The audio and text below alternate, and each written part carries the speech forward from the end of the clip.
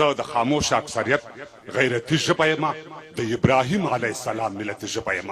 زه په پښتو پښتون پالنه باندې سر ورکوم، د ابراهیم ملت پالنه باندې سر ورکوم.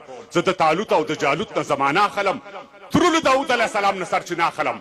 ارزښت لري هغه ډارنو او کافر خلکو ته، ژوند هیڅ ارزښت نه لري ما او زما په څېر خلکو ته.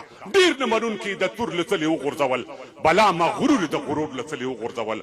هم سکندر او افلاطون او سقراط وژني، زه یې پې مړ کړم، اوس زما د سر جلات وژني.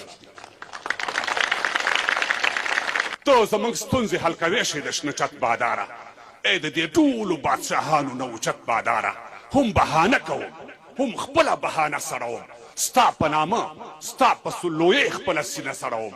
د ژوند او ځواک مالکه خوله مو درته نه جوړېږي، ټولواک خپلواک مالکه خوله مو درته نه جوړېږي. ابر قدرت مو دومره لوی دی چې سرحد نه لري، پر موږ یې دومره رحم کړی دی چې حد نه لري. ته یې لري او دې فقیر ته دې خزیات واچوه، د دواړو لپو په کچکول کې مو خیرات واچوه.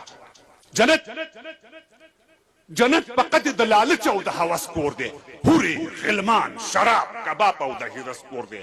موږ خو مالکه فقط تا او ستا رضا غواړو، له تندرونو عذابونو دې پناه غواړو.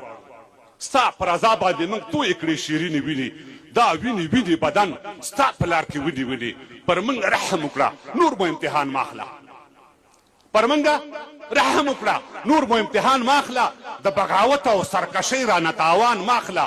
توبه به نه وي خو له موږ نه یې په توبه ومنه، دا سر ټیټی مو رانه ربه په سجده ومنه. د عثمان